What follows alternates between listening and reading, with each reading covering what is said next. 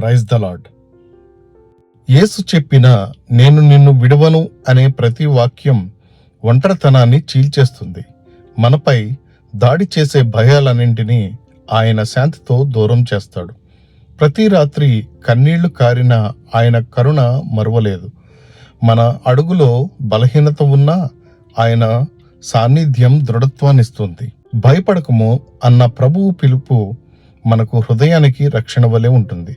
ఏ తుఫానునైనా మనపై నిలబడపోవడానికి ఆయన ప్రేమే ఒక బలమైన కవచం. మన చీకటిని వెలుగుగా మార్చే శక్తి ఆయన చేతుల్లో ఉంది. ఆయన మాటల్లో ఆశ్రయం ఉంది. ఆయన ప్రేమలో శాంతి ఉంది. మన ప్రయాణంలో ప్రతి క్షణం ఆయన నీడ మనతోనే ఉంటుంది.